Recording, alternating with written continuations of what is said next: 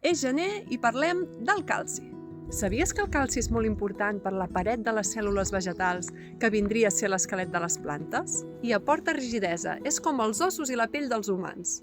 Si la planta no té prou calci, pot tenir problemes de creixement. Hi ha gent que posa closques d'ous a les plantes.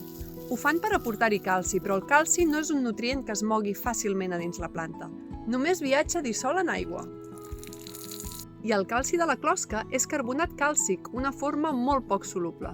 Per tant, la planta no pot absorbir directament el calci de la closca d'ou. Saps què és fonamental perquè una planta pugui absorbir calci? Que el calci que hi ha al sòl estigui en equilibri amb altres elements i que la planta tingui aigua disponible. Per tant, un reg adequat és clau perquè la planta pugui absorbir el calci de la terra. Aquest és el primer de la sèrie de vídeos en col·laboració amb l'Institut Català d'Investigació Química per parlar dels elements químics i les plantes. Ens veiem el mes que ve amb un nou element.